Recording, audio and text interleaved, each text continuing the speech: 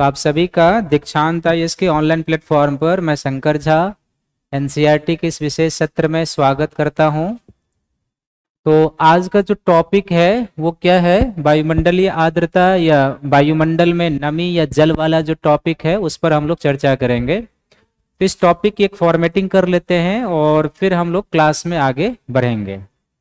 तो टॉपिक की फॉर्मेटिंग में सबसे पहले हम लोग देखेंगे कि वायुमंडलीय नमी क्या है। दूसरा हम लोग देखेंगे कि वायुमंडलीय नमी का स्रोत क्या है। तीसरा हम लोग देखेंगे वायुमंडलीय आर्द्रता का प्रकार। फिर इसमें एक आएगा जिसको हम लोग कहते हैं ओसांक बिंदु, ड्यू पॉइंट कहेंगे, ओसांक बिंदु। फिर इसमें एक आता है जिसको हम लोग कहते हैं संतृप्त वायु, सैचुरेटेड एयर कहेंगे। फिर एक आ जाएगा पदार्थ का अवस्था परिवर्तन, चेंज ऑफ स्टेज। अवस्था परिवर्तन में आप दो समझेंगे, एक वाष्पीकरण, एक हो जाएगा संघनन, कंडेंसेशन, और एक और समझेंगे आप इसको जिसको हम लोग कहते हैं ऊर्ध्वपातन, ऊर्ध्वपातन सब्लिमेशन। फिर आप इसमें समझेंगे बादल बनने की प्रक्रिया के बारे में, बादल बनने की प्रक्रिया और प्रकार, प्रक्रिया एवं प्रकार। फिर इसमें हो जाएगा वर्षण के प्रकार, यानी वर्षा के वर्षण के प्रकार एवं रूप, फॉर्म ऑफ प्रेसिपिटेशन, और कुछ अन्य चीजें भी इसमें आती जाएगी। तो बहुत ही महत्वपूर्ण है। तो इस टॉपिक को समझने के लिए कल के टॉपिक को थोड़ा सा हम लोग रिपीट कर लेते हैं। कल आपने क्या क्या पढ़ा था?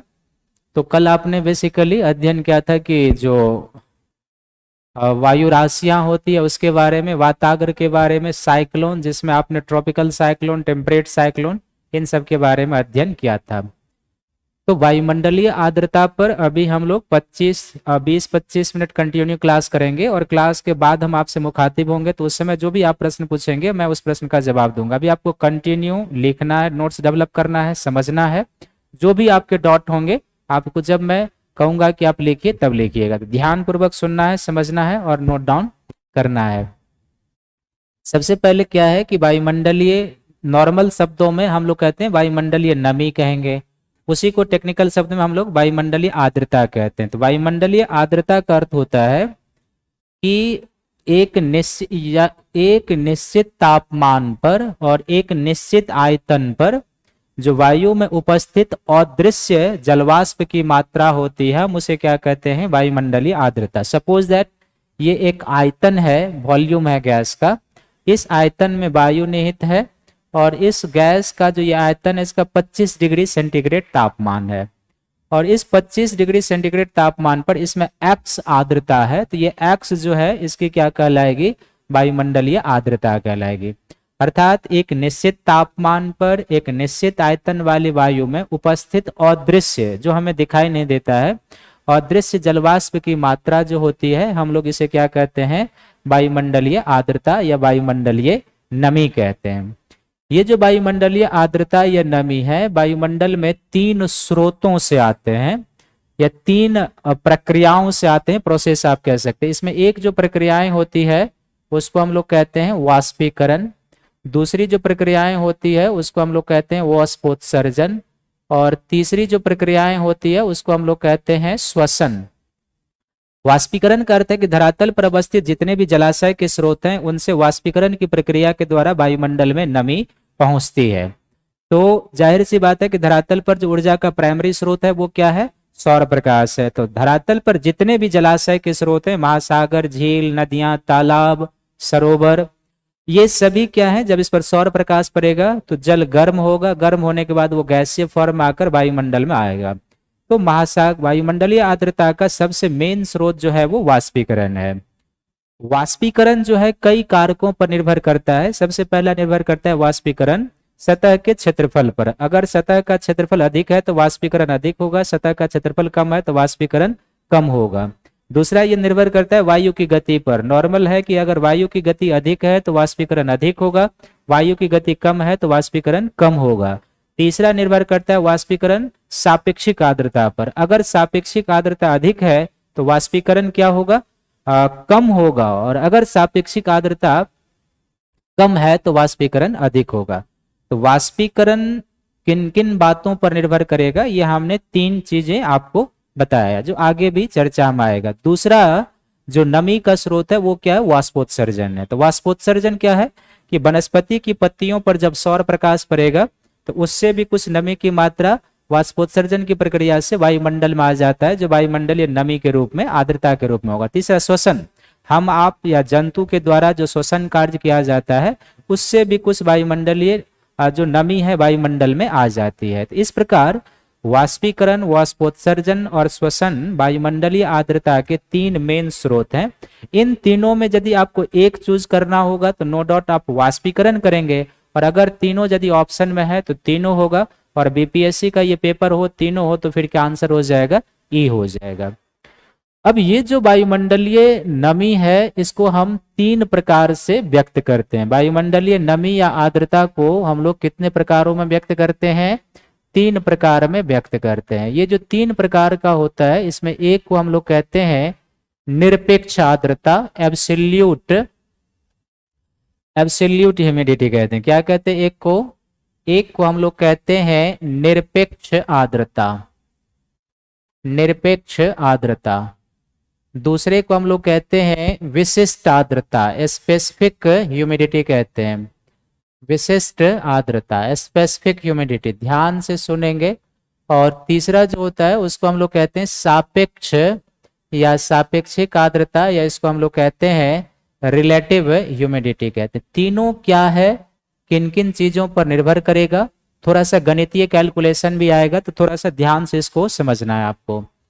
निरपेक्ष आर्द्रता जो है, अभी जो आपने आर्द्रता की परिभाषा सुनी है लगभग वही है। निरपेक्ष आर्द्रता है एब्सोल्यूट, कि एक निश्चित तापमान पर एक निश्चित आयतन वाली वायु में जो उपस्थित जलवाष्प की मात्रा होती है उसे हम क्या कहते हैं, निरपेक्ष आर्द्रता। सपोज दैट कि ये एक आयतन है वायु का, एक आयतन वाली वायु है और इसका 20 डिग्री सेंटीग्रेड तापमान है। इस 20 डिग्री सेंटीग्रेड तापमान पर इसमें x जलवाष्प है, ये इसकी निरपेक्ष आर्द्रता हो जाए। जैसे हम उदाहरण देते हैं, आप जिस रूम में अभी बैठे हैं उस रूम को ध्यान में लाइए, तो उस रूम का कोई ना कोई आयतन होगा, और आप जिस रूम में बैठे हैं उसका जो आयतन है उसमें उस रूम में वायु है, उस वायु का कुछ ना कुछ टेम्परेचर होगा।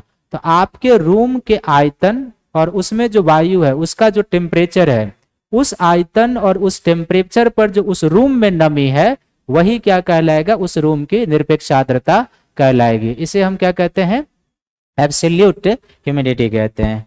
अब वायु की निरपेक्ष आर्द्रता या आर्द्रता ग्रहण करने की जो क्षमता होती है वो किस पर निर्भर करती है, तो ये ध्यान में रखेंगे, ये एक टेम्परेचर पर निर्भर करता है, तापमान पर निर्भर करता है। तो तापमान पर क्या होगा कि अगर तापमान बढ़ेगा तो वायु के आर्द्रता ग्रहण करने की क्षमता बढ़ेगी, और अगर तापमान कम होगा तो वायु के आर्द्रता ग्रहण करने की क्षमता कम होगी। जैसे आप फिजिक्स के हिसाब से सोचिए, अगर इसी वायु को हम 3 कंडीशन में ले जाए, 2 कंडीशन में, कि अगर इसका टेम्परेचर बढ़ेगा तो गैस का टेम्परेचर बढ़ने पर उसके आयतन का विस्तार होता है, और जब आयतन का विस्तार होगा तो क्षेत्र बड़ा हो जाएगा तो अधिक नमी उसमें समाहित करने की क्षमता हो जाएगी। इसलिए तापमान बढ़ने से गैस के आयतन का विस्तार होगा, और गैस के आयतन के विस्तार करने से उसके नमी ग्रहण करने की क्षमता बढ़ जाएगी। और दूसरा होगा कि अगर आयतन यदि टेम्परेचर कम होता है तो गैस का आयतन कम होगा, आयतन कम होगा तो उसमें नमी समाहित करने की क्षमता क्या हो जाएगी, कम हो जाएगी। तो ये बहुत महत्वपूर्ण है, आप ध्यान में रखेंगे। और निरपेक्ष आर्द्रता को हम लोग ग्राम प्रति घन सेंटीमीटर में व्यक्त करते हैं, ये ध्यान में रखेंगे।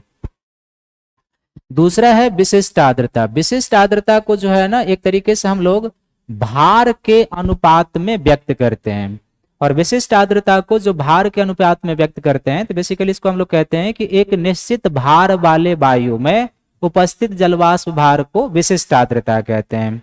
तो इसका जो मात्रक हो जाएगा, विशिष्ट आर्द्रता को हम लोग किस में व्यक्त करेंगे, ग्राम पर केजी में विशिष्ट आर्द्रता को व्यक्त करते हैं। इसका अर्थ यह हुआ कि 1 kg वायु में उपस्थित जलवाष्प भार जो है वो क्या है, विशिष्ट आर्द्रता है। 1 kg या 1000 ग्राम जल, 1000 ग्राम वायु में जो उपस्थित जलवाष्प भार है वो क्या हो जाएगा, वायु की विशिष्ट आर्द्रता। सपोज दैट कि ये एक आयतन वाली वायु है टेम्परेचर पर, और इसमें 1000 ग्राम जो वायु का वजन है इसका, इसमें मान लो कि 100 ग्राम जलवाष्प है, तो इसकी विशिष्ट आर्द्रता क्या हो गई, 100/1000, इसको काट दो, उतना इसकी विशिष्ट आर्द्रता हो गई।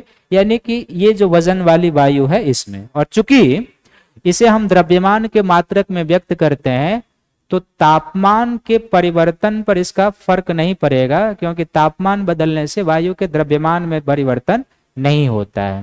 तो ये दूसरा है। तीसरा है सापेक्षिक आर्द्रता। सापेक्षिक आर्द्रता को रिलेटिव ह्यूमिडिटी या आरएच से निरूपित करते हैं। तो सापेक्षिक आर्द्रता का अर्थ होता है कि एक निश्चित तापमान पर वायु में उपस्थित जलवाष्प की मात्रा और उसी तापमान पर उसी आयतन पर वायु द्वारा जलवाष्प ग्रहण करने की क्षमता के अनुपात को सापेक्षिक आर्द्रता कहते हैं। फिर से आप समझिए, एक निश्चित तापमान और एक निश्चित आयतन पर उपस्थित जलवाष्प की मात्रा और उसी तापमान और उसी आयतन पर वायु द्वारा जलवाष्प ग्रहण करने की क्षमता के अनुपात को, रेशियो को हम लोग सापेक्षिक आर्द्रता कहते हैं। तो रिलेटिव ह्यूमिडिटी बराबर होता है जलवाष्प ग्रहण करने की क्षमता, इसका फॉर्मूला होता है ग्रहण करने की क्षमता अपॉन उपस्थित, जो वायु में उपस्थित जलवाष्प है वो उपस्थित इनटू 100। ये रिलेटिव ह्यूमिडिटी की परिभाषा होती है। इसका अर्थ ये है कि अब इसी रिलेटिव ह्यूमिडिटी को हम एक पॉइंट में ले जाते हैं। सपोज दैट आप मान लो कि ये एक आयतन वाली वायु है, 20 डिग्री सेंटीग्रेड तापमान पर इसमें उपस्थित जलवाष्प की मात्रा है मान लो 20, और इसी तापमान और इसी आयतन पर इसके ग्रहण करने की जो क्षमता है वो है 30। तो इसकी सापेक्षिक आर्द्रता क्या हो जाएगी, तो RH बराबर हो जाएगा उपस्थित जलवाष्प की मात्रा यानी 20 और ग्रहण करने की क्षमता अपॉन 30 इंटू क्या हो जाएगा 100। ये कट गया, यानी कि ये कितने हो गए 200 बट्टे कितने हो गए 3। आप इसको निकाल लो, जितना परसेंट होगा वो इसकी सापेक्षिक आर्द्रता होगी। इसका अर्थ है कि वायु की सापेक्षिक आर्द्रता को हम लोग क्या कर सकते हैं, प्रतिशत में व्यक्त करेंगे। अब किसी भी वायु की जो सापेक्षिक आर्द्रता है इसमें परिवर्तन 3 प्रकार से लाया जा सकता है। 3 प्रकार से क्या, एक हो सकता है कि हम वायु के तापमान को घटा दें। पहला कंडीशन क्या हो सकता है, तापमान को घटाकर।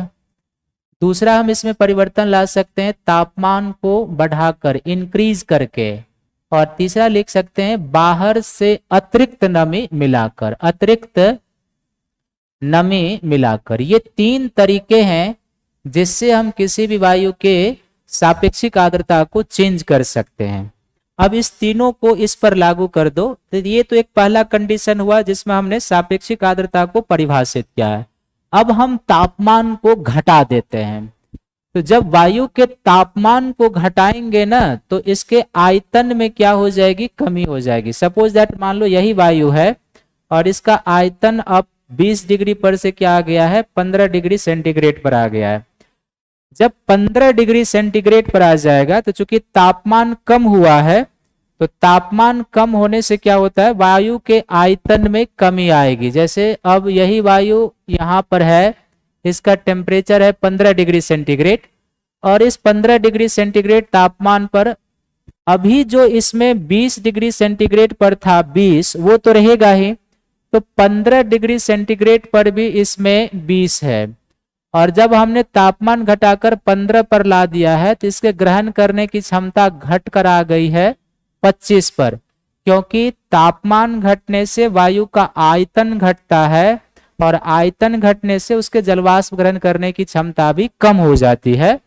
तो अब इस वायु का रिलेटिव ह्यूमिडिटी क्या हो जाएगा, यानी कि इसमें उपस्थित कितना है 20 और इसमें ग्रहण करने की कितनी क्षमता है 25 इंटू क्या हो जाएगा 100, 25 चौके, यानी इस वायु की सापेक्षिक आर्द्रता क्या हो गई है 80%।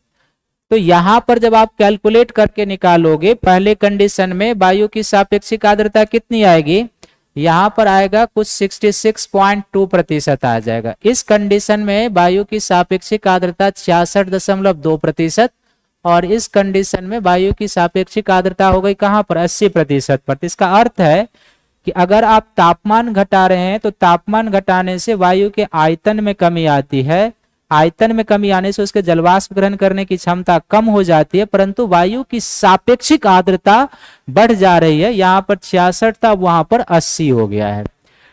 अब है तीसरा कंडीशन कि इस वायु के तो घटाकर क्या होगा ये देख लिए, बढ़ा देते हैं। अगर इस वायु का तापमान हम 25 डिग्री सेंटीग्रेड कर देंगे तो ऑब्वियसली इसका क्या होगा, आयतन फैलेगा, और आयतन फैलेगा तो क्या होगा, जो 20 है प्रेजेंट वो तो चेंज नहीं होगा, वो तो किसी भी कीमत पर इसमें रहेगा ही। अब आयतन बढ़ गया है तो इसके ग्रहण करने की क्षमता जो है बढ़ जाएगी। चूंकि 20 वाले में 30 था, अब मान के चलिए इसके ग्रहण करने की क्षमता 40 पर पहुंच गई है, और अगर ग्रहण करने की क्षमता 40 पर पहुंच गई तो इसका RH क्या हो जाएगा, RH बराबर क्या हो जाएगा, 20/40 × 100, 20 दूनी 40 और 50, यानी कि अब इस स्थिति में इस वायु की सापेक्षिक आर्द्रता कितनी हो गई, 50%। तब इसका अर्थ ये निकला दूसरे कंडीशन में कि अगर तापमान बढ़ाते हैं, वायु का आयतन बढ़ता है, आयतन बढ़ने से उसके जलवाष्प ग्रहण करने की क्षमता बढ़ जाती है और वायु की सापेक्षिक आर्द्रता कम हो जाएगी।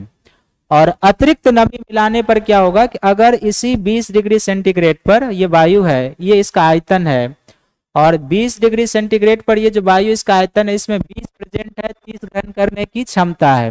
अब बाहर से हम अतिरिक्त नमी इसमें मिला देंगे इसी तापमान और इसी आयतन पर, तो क्या होगा, 20 जो है, चूंकि ये जो इसकी गेनिंग कैपेसिटी है 30, ये तो चेंज नहीं होगा क्योंकि ना तो टेम्परेचर चेंज हुआ और ना आयतन चेंज हुआ है। लेकिन जो 20 इसमें प्रेजेंट है, बाहर से नमी मिलाएंगे तो ये बढ़ना शुरू हो जाएगा, 20, 21, 22, 23, 24 पर जाता जाएगा।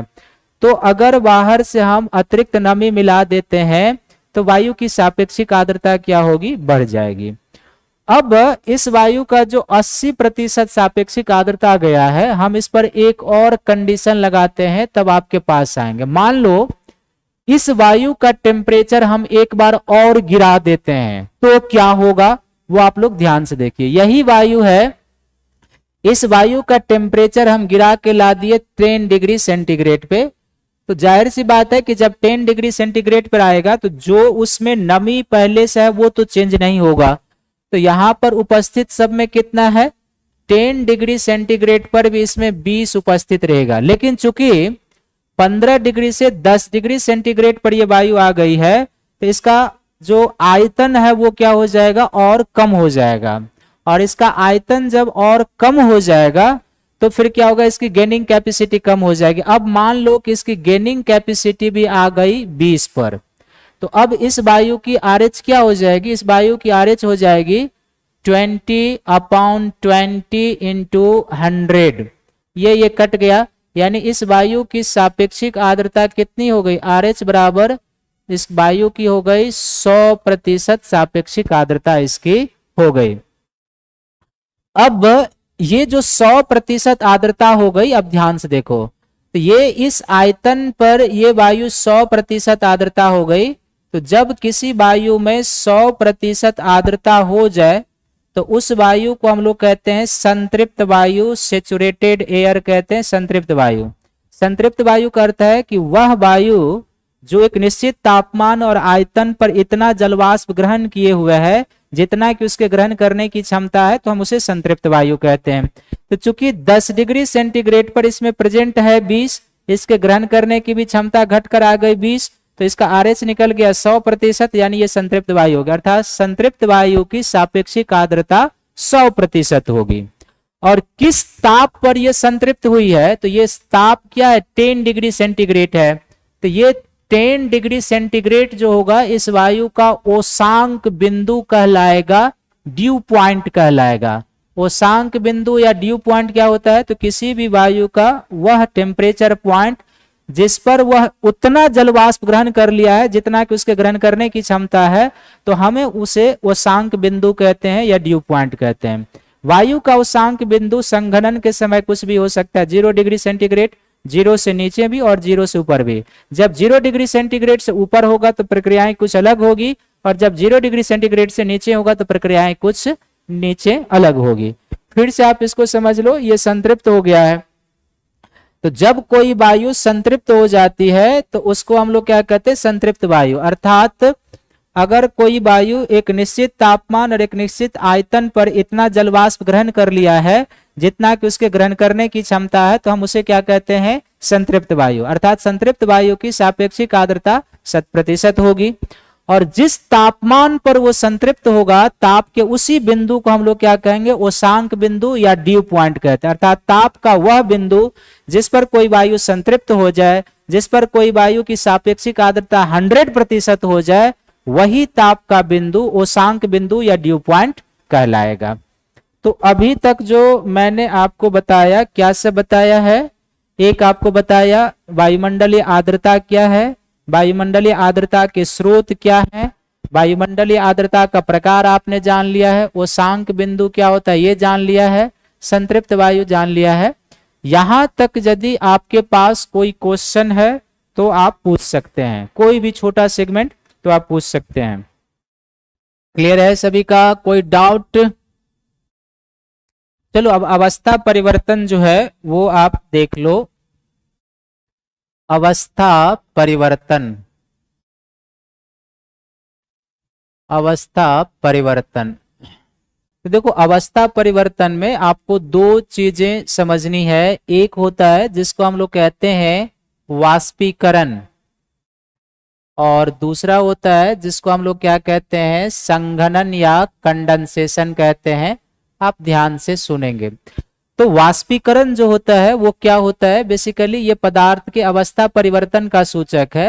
और वाष्पीकरण की प्रक्रिया में क्या होता है, कोई जो तरल है यानी लिक्विड है, कोई तरल या द्रव जो है वाष्पीकरण की प्रक्रिया में किस अवस्था में जाएगा, ये गैसीय अवस्था में आ जाएगा। ये किस में आ जाएगा, गैसीय अवस्था में। और किसके प्रभाव से आएगा, ताप के प्रभाव से। तो वाष्पीकरण वह प्रक्रिया है, वाष्पीकरण वह प्रक्रिया है जिसमें तरल या द्रव ताप के प्रभाव से गैसीय अवस्था में आ जाएगी, उसे वाष्पीकरण कहेंगे। वाष्पीकरण कई कारकों पर निर्भर करेगा, जैसे आपको मैंने पहले बताया था। एक ये निर्भर करता है सतह के एरिया पर, क्षेत्रफल पर। अगर एरिया वाइड है तो वाष्पीकरण अधिक होगा, और अगर ये एरिया कम है तो वाष्पीकरण कम होगा, पहला। दूसरा ये निर्भर करेगा विंड के वेलोसिटी पर। तो विंड के वेलोसिटी का अर्थ है कि नॉर्मल कंडीशन में अगर विंड की वेलोसिटी अधिक है तो वाष्पीकरण अधिक होगा, और विंड की वेलोसिटी कम है तो वाष्पीकरण कम होगा। तीसरा ये निर्भर किस पर करेगा, टेम्परेचर पर। अगर टेम्परेचर अधिक है तो वाष्पीकरण अधिक होगा, और टेम्परेचर कम है तो वाष्पीकरण कम हो जाएगा।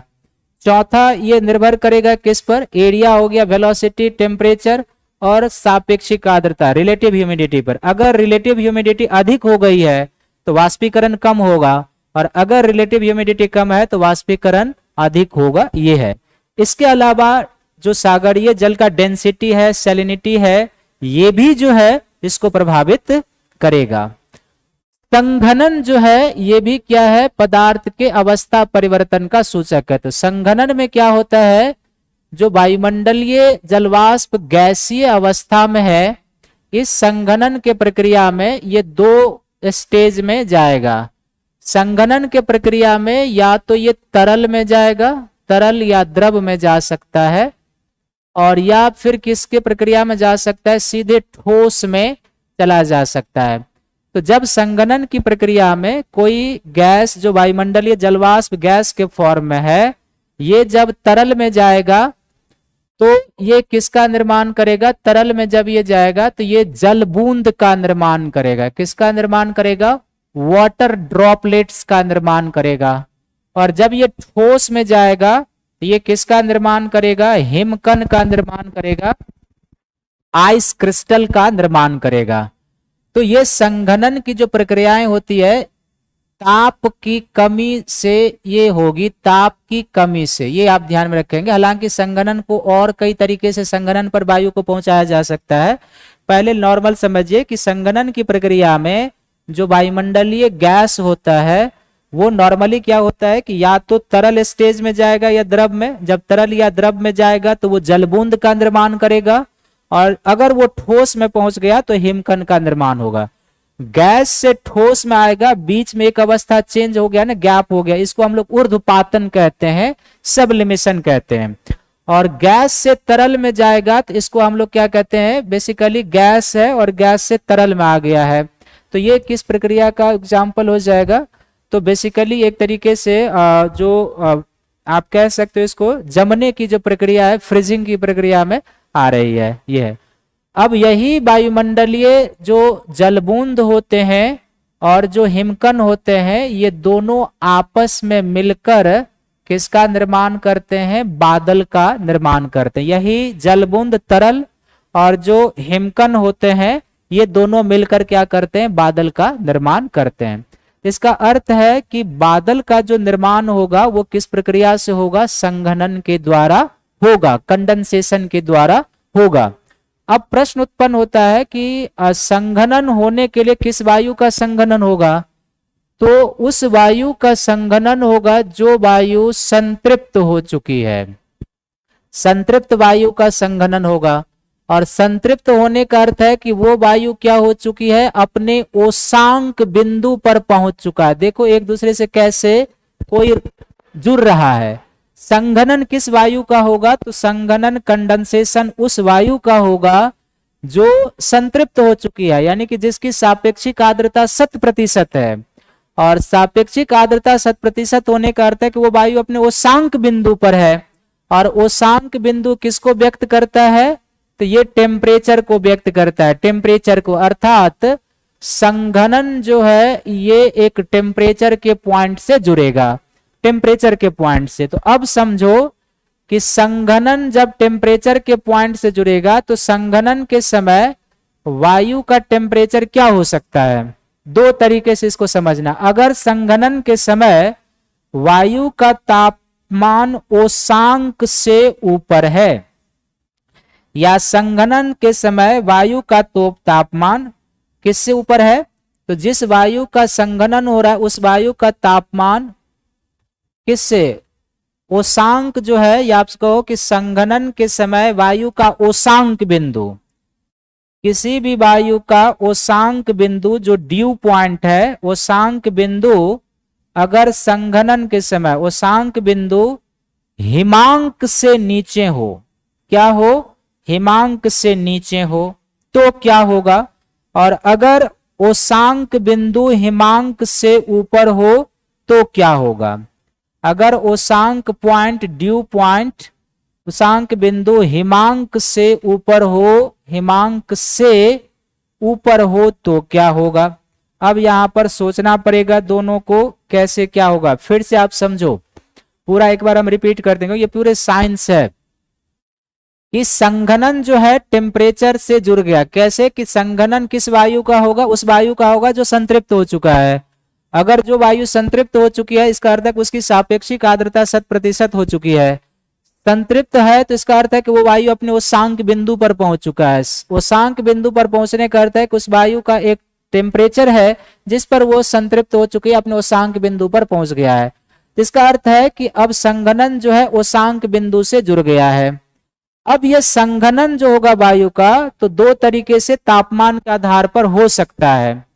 तो अगर संघनन के समय वायु का ओसांक बिंदु हिमांक से नीचे हो, हिमांक का अर्थ है कि 0 डिग्री सेंटीग्रेड से नीचे है, ठीक है, तो 0 डिग्री सेंटीग्रेड से नीचे है तो क्या होगा। और दूसरा है कि अगर ओसांक के समय ओसांक बिंदु हिमांक से ऊपर है तो क्या होगा, अर्थात 0 डिग्री सेंटीग्रेड से ऊपर है तो क्या होगा, ठीक है। तो अब आप खुद सोचो कि अगर जिस वायु का कंडेंसेशन हो रहा है उस वायु का ओसांक बिंदु हिमांक से नीचे हो, 0 डिग्री सेंटीग्रेड से नीचे हो, तो क्या बनेगा। तब इस स्थिति में बनता है तुषार, जिसको आप फ्रॉस्ट कहते हो, तुषार। इस स्थिति में बनेगा पाला, फ्रॉस्ट। इस स्थिति में बनेगा ओला, हेल जिसको आप कहते हो, ओला।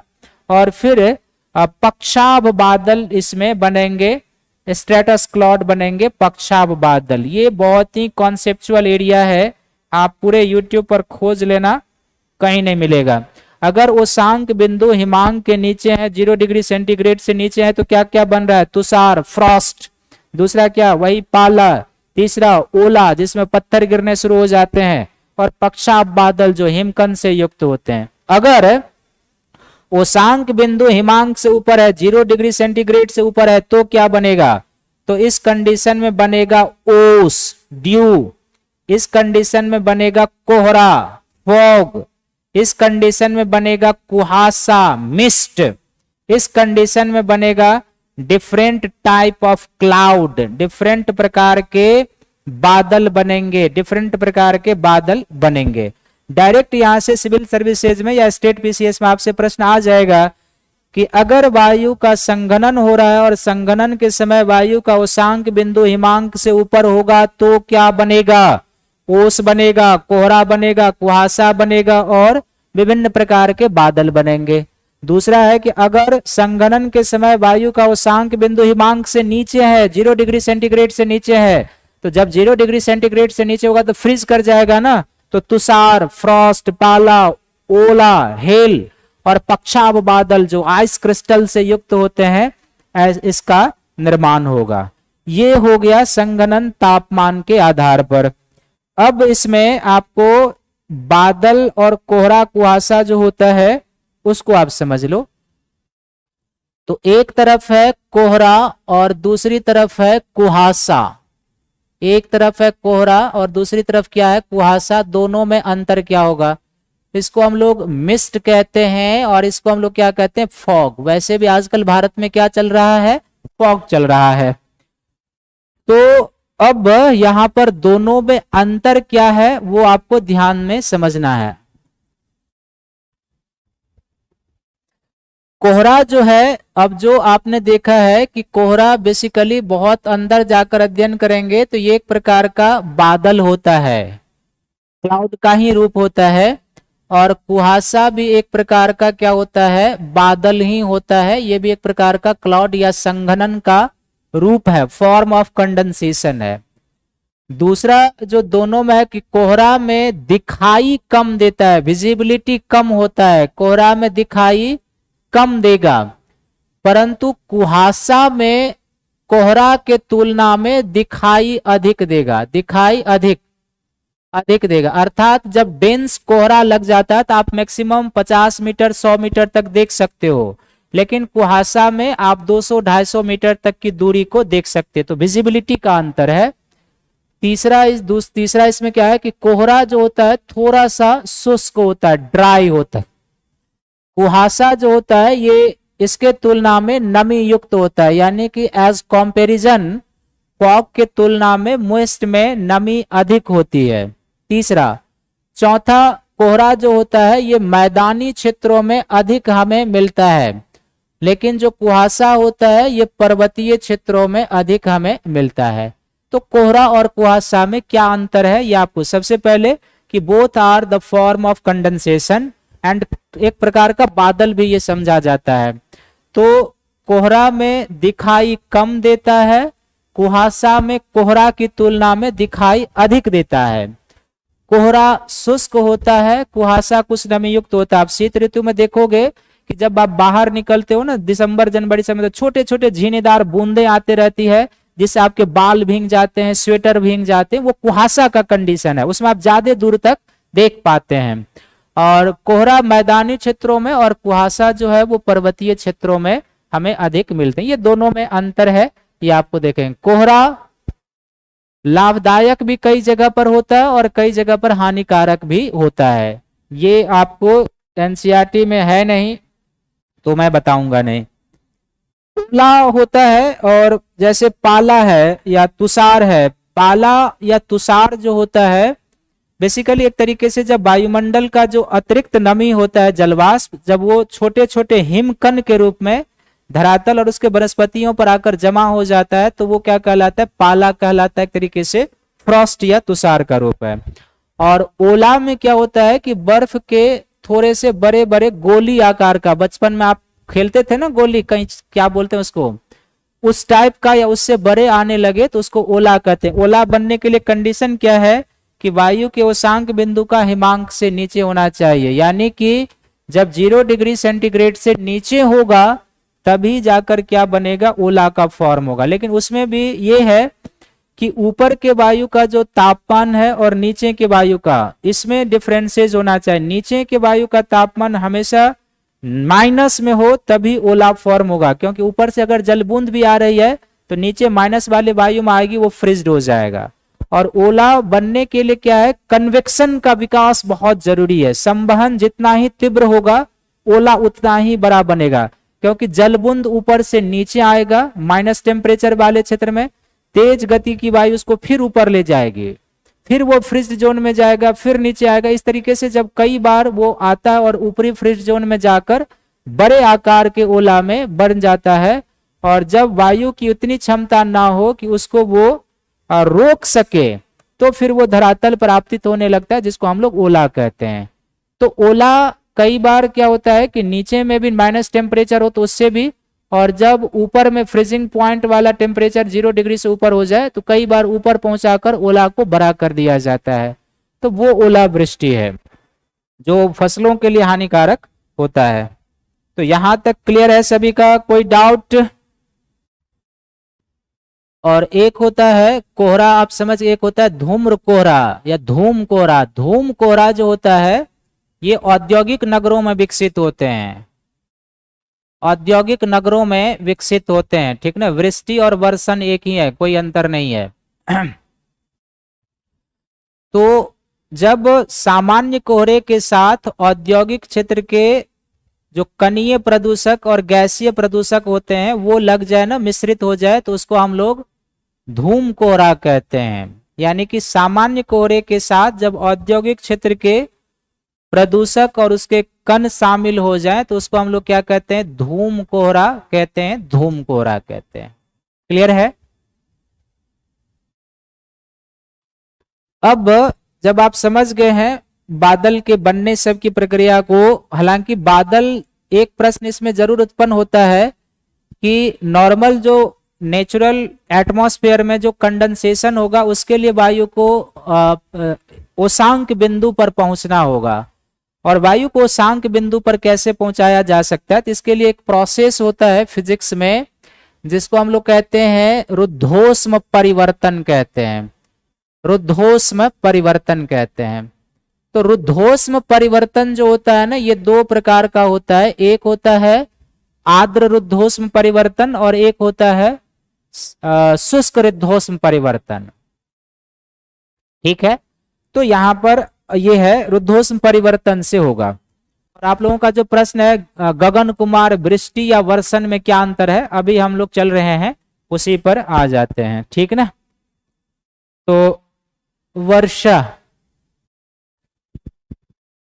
वर्षा तो एक होता है वर्षा के प्रकार, टाइप्स ऑफ रेनफॉल, और एक होते हैं वर्षण के या वर्षा के रूप, फॉर्म ऑफ प्रेसिपिटेशन, वर्षा या वर्षण। तो वर्षण के जो फॉर्म होते हैं ना ये तीन होते हैं। तो आप जो वर्षण पूछ रहे हैं ना, ये है वृष्टि का सीधा शर्त होता है वर्षा जलबूंद के रूप में धरातल पर आना, वायुमंडलीय अतिरेकी नमी का जलबूंद के रूप में धरातल पर आना वृष्टि है। लेकिन वायुमंडलीय नमी का डिफरेंट फॉर्म में धरातल पर आना वर्षण है। तो डिफरेंट फॉर्म क्या हो सकता है, एक इसका हो सकता है वर्षा, एक इसका क्या हो सकता है वर्षा, एक होता है स्लिट जिसको हम लोग सौहिम वृष्टि कहते हैं, सौहिम वृष्टि, और तीसरा होता है ओला। ये तीन है फॉर्म ऑफ प्रेसिपिटेशन, इसको हम लोग क्या कहते हैं, रूप। These are the form of precipitation, इसको फॉर्म ऑफ प्रेसिपिटेशन कहते हैं या वर्षण के रूप कहेंगे। तो वर्षा या वर्षण जो है ये वायुमंडलीय नमी का जल बूंद के रूप में धरातल पर आना जो है वर्षा या वृष्टि है। ठीक है, वायुमंडलीय नमी का जल बूंद के रूप में आना क्या है? वर्षा है। सौ हिम वृष्टि, इंग्लिश में इसको स्लिट कहते हैं। स्लिट का अर्थ होता है कि हिम के छोटे छोटे कण, हिमकण, हिम के बहुत ही छोटे छोटे कण और प्लस जल बूंद। जब हिम के छोटे छोटे कण और जल बूंद धरातल पर एक साथ आने लगे तो इसको हम लोग स्लिट कहते हैं, सौ हिम वर्षा कहते हैं। क्या कहेंगे? अर्थात जब हिम के बहुत ही छोटे छोटे कण और बिल्कुल माइक्रोस्कोपिक और जब जलबूंद एक साथ दोनों धरातल पर आने लगे तो इसको हम लोग क्या कहते हैं? स्लिट। और ओला होता है कि जब बर्फ के या हिमकण के बड़े दाने, जब हिमकण के बड़े दाने धरातल पर आने लगे, बड़े दाने बड़े आकार के, तो वो क्या कहलाता है? ओला कहलाता है। ये तीन फॉर्म होते हैं प्रेसिपिटेशन के। तो वृष्टि, सौहिम वृष्टि एंड ओला क्या है, ये आपको ध्यान में रखना है। अब वर्षा जो होता है ना, ये तीन प्रकार का होता है, तीन प्रकार का होता है। इसमें एक जो वर्षा होती है उसको हम लोग कहते हैं संवहनीय वर्षा, कन्वेक्शनल रेनफॉल कहते हैं। क्या कहते हैं? संवहनीय वर्षा। दूसरा जो होता है उसको हम लोग कहते हैं पर्वतीय वर्षा, ओरोग्राफिक रेनफॉल कहते हैं। और तीसरा जो होता है वो होता है चक्रवातीय वर्षा, चक्रवातीय या वाताग्रीय वर्षा, वाताग्रीय वर्षा। तो ये तीन प्रकार के वर्षा होते हैं। और चक्रवातीय या वाताग्रीय वर्षा जो है ये मूल रूप से शीतोष्ण चक्रवात से संबंधित है, टेम्परेट साइक्लोन से, शीतोष्ण चक्रवात से। तो ये जो है शीतोष्ण चक्रवातीय वर्षा है जिसके बारे में आप पढ़ चुके हैं। ठीक है, दो वर्षा के बारे में आपको जानना है, कन्वेक्शनल रेनफॉल क्या है और ओरोग्राफिक रेनफॉल क्या है। देखो यहां पर आप ये समझ लीजिए कि वर्षा होने के लिए विंड का ऊपर उठना अनिवार्य है। जब तक विंड ऊपर नहीं उठेगी तब तक वर्षण नहीं होंगे। और प्राकृतिक रूप से पवनें तीन ही प्रकार से ऊपर उठ सकती है। एक जो प्राकृतिक रूप से पवनें तीन प्रकार से ऊपर उठ सकते हैं उसमें एक है गर्म धरातल या सागर का सतह हो तो वहां से पवनें गर्म और हल्की होकर कन्वेक्शनल करंट के रूप में ऊपर उठ सकती है। तो एक ये है, और इस प्रक्रिया में जो वर्षा होगी उसी को संवहनीय वर्षा कहेंगे। दूसरा हो सकता है कि किसी आर्द्र पवन के मार्ग में माउंटेन बैरियर आ जाए, पर्वत का अवरोध आ जाए, तो हम उसे पर्वतीय वर्षा कहेंगे। और तीसरा होगा कि जब चक्रवातीय या वाताग्रीय वर्षा, जब दो विपरीत प्रकार की पवनें एक दूसरे के संपर्क में आएगी तो ठंडी पवनें नीचे दबेगी, गर्म पवन ऊपर राइज करेगी। इसमें गर्म पवन जब ऊपर उठेगी तो नीचे से वो संघनन की प्रक्रिया में जाएगी और इस प्रक्रिया में जो वर्षा होगी वो वाताग्रीय या चक्रवातीय वर्षा होती है, जो शीतोष्ण चक्रवात से होता है, जिसके बारे में आप पिछले क्लास में जान चुके हैं। अब है कि ये संवहनीय वर्षा के लिए क्या कंडीशन होना चाहिए, कहां पर होगा कन्वेक्शनल रेनफॉल, ये आपको ध्यान से समझना है। तो जो संवहनीय वर्षा है ना, इसके लिए सबसे पहले क्या है, गर्म सतह होना चाहिए, काफी वार्म सतह होना चाहिए, गर्म सतह। और ये गर्म सतह लैंड का भी हो सकता है, स्थल का भी, और गर्म सतह सागर का भी हो सकता है। इससे ये कॉन्सेप्ट निकलता है कि संवहनीय वर्षा लैंड और स्थल, लैंड और सागर दोनों पर हो सकते हैं। प्राकृतिक रूप से कोई सागर गर्म और सागर या स्थल गर्म कैसे हो सकता है? इसके लिए सोलर इंसुलेशन अधिक चाहिए, यानी अत्यधिक सूर्यातप होना चाहिए। जब सूर्यातप की प्राप्ति अधिक होगी तो वो धरातल या सागर का सतह अधिक गर्म होगा और तब वहां की पवनें गर्म और हल्की होकर ऊपर उठेगी।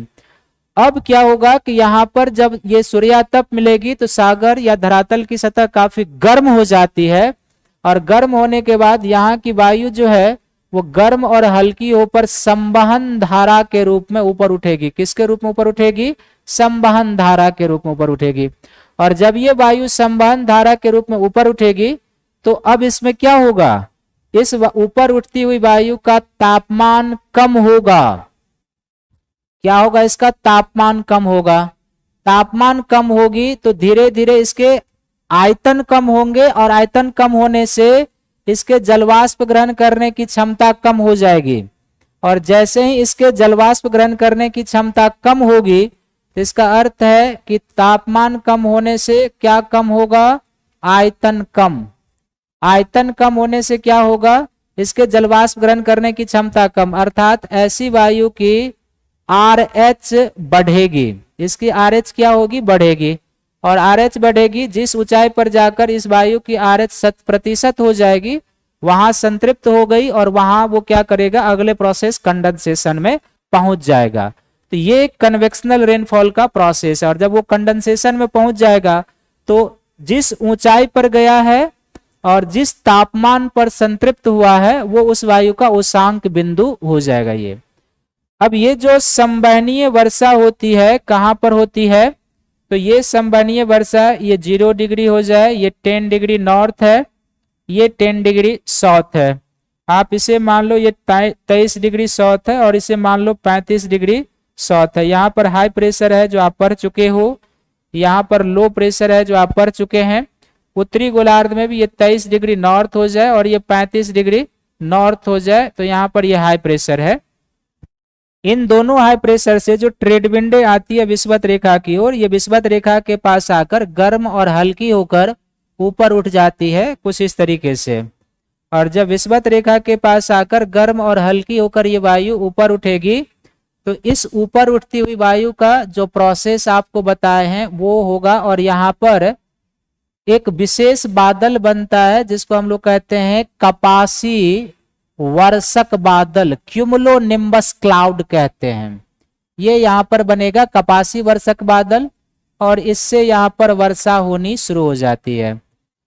तो संवहनीय वर्षा जो है ना, प्रत्येक दिन विषुवतरेखीय क्षेत्र में संवहनीय वर्षा जो है प्रत्येक दिन विषुवतरेखीय क्षेत्र में 2 बजे से 4 बजे के बीच होती है, क्योंकि उस समय धरातल काफी गर्म हो जाता है और धरातल के गर्म हो जाने से वहां की वायु गर्म और हल्की होकर आसपास के क्षेत्रों से मॉइस्चर कंटेन करके ऊपर उठती है और फिर उस ऊपर उठती हुई वायु का टेम्परेचर कम होगा एडियाबैटिक कूलिंग के प्रोसेस से, उसका आयतन कम हो जाएगा, उसकी आर्द्रता ग्रहण करने की क्षमता होगी, उसकी RH बढ़ेगी, वो संतृप्त हो जाएगी, जिस तापमान पर संतृप्त हो जाएगी वो उषांक बिंदु है और फिर वहां से संघनन की प्रक्रिया शुरू होगी।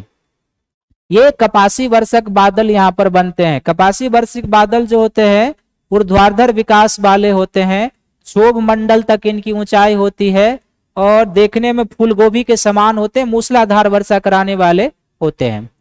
अब ये जो संवहनीय वर्षा होती है इसकी विशेषता क्या होती है वो आपको ध्यान से समझना है। तो इसकी जो विशेषता होती है संवहनीय वर्षा की, वो पहली विशेषता होती है कि यह वर्षा प्रत्येक दिन विषुवतरेखीय क्षेत्र में 0 से 10 डिग्री नॉर्थ और 10 डिग्री साउथ अक्षांशों के बीच 2 से 4 बजे के बीच होती है। दूसरा, इसमें वर्षा कम समय के लिए होती है परंतु मूसलाधार होती है। इसमें बड़े पैमाने पर लाइटनिंग और थंडरिंग होती है और यही जो विषुवतरेखीय प्रदेश में प्रत्येक दिन संवहनीय वर्षा होती है वहां पर ट्रॉपिकल एवरग्रीन फॉरेस्ट के विकास का आधार है, ट्रॉपिकल एवरग्रीन फॉरेस्ट के विकास का आधार है। तो ये इसकी विशेषता है। दूसरा जो हो जाएगा वो है पर्वतीय वर्षा, जिसको हम ओरोग्राफिक रेनफॉल कहते हैं, पर्वतीय वर्षा। तो पर्वतीय वर्षा होने के लिए क्या कंडीशन होना चाहिए, इसके लिए 4 दशा का होना अनिवार्य है। और 4 दशा का जो होना अनिवार्य है माउंटेनियस रेनफॉल के लिए या ओरोग्राफिक रेनफॉल के लिए, वो क्या क्या है वो आप इस डायग्राम से समझेंगे। आप लोग भी इस डायग्राम को ड्रॉ करते जाएंगे।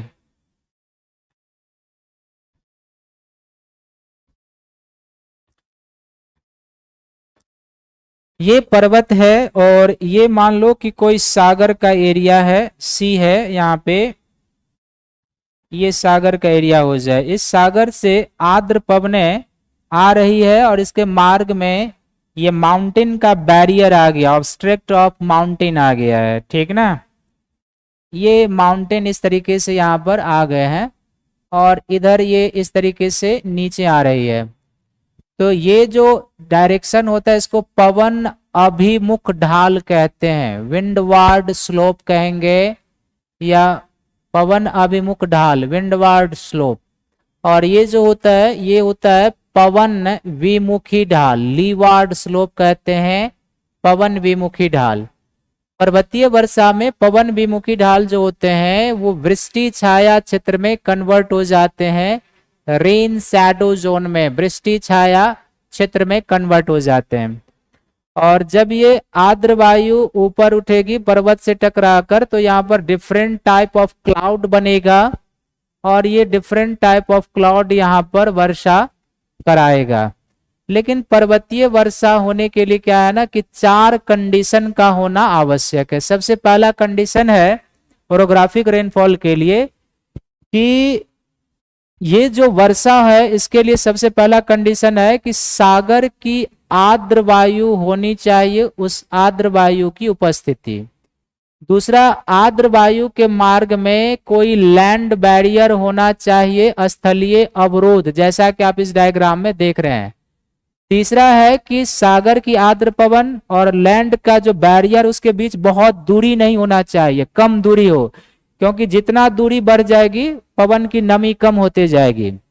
और चौथा है कि स्थलीय अवरोध की ऊंचाई भी अधिक होनी चाहिए, क्योंकि अगर ऊंचाई कम होगी तो ये विंड रोल करके निकल जाएगा। तो ये 4 कंडीशन है ओरोग्राफिक रेनफॉल के लिए। अब ऐसी दशा में क्या होगा कि ये पवने जो आर्द्र पवने माउंटेन से टकराएगी तो यहां से टकराने के बाद ये बलपूर्वक ऊपर उठती है और कहते हैं कि माउंटेन यहाँ पर ट्रिगर इफेक्ट का काम करता है।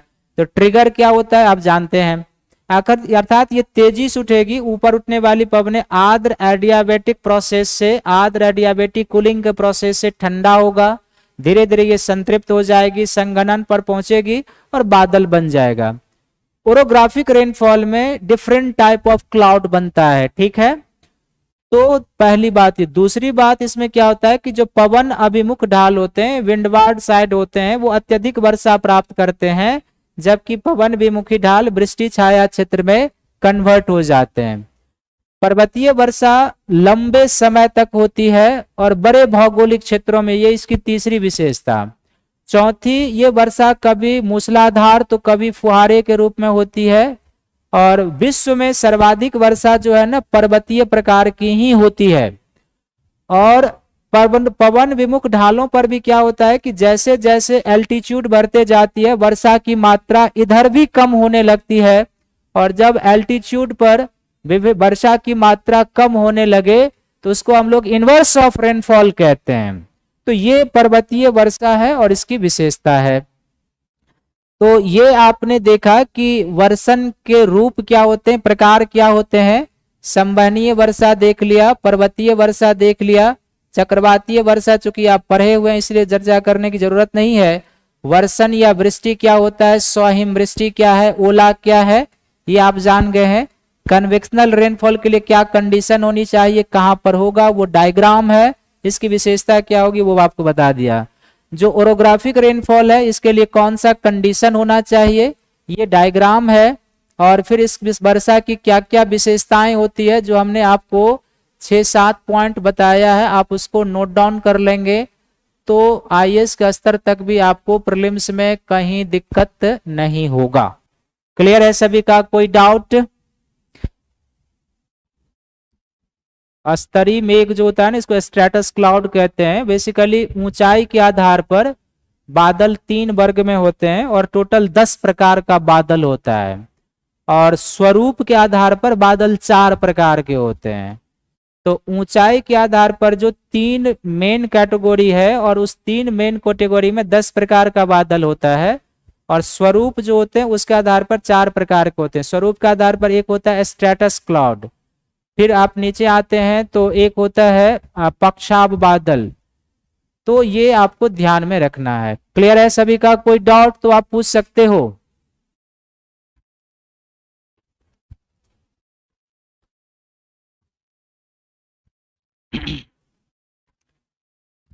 क्लियर है सभी का, तो चलिए सभी को थैंक यू है, धन्यवाद है। कल आपसे मुलाकात होगी Koppen climate classification, Koppen's climate classification. सभी लोग इसको एक बार पढ़ के आएंगे क्लाइमेट जलवायु वर्गीकरण को, नहीं तो आपको समझ में नहीं आएगा, ठीक है। और यहाँ से एक प्रश्न यूपीएससी में रहता है, तो आप इसको पढ़ के आएंगे। सभी को थैंक यू है, धन्यवाद है।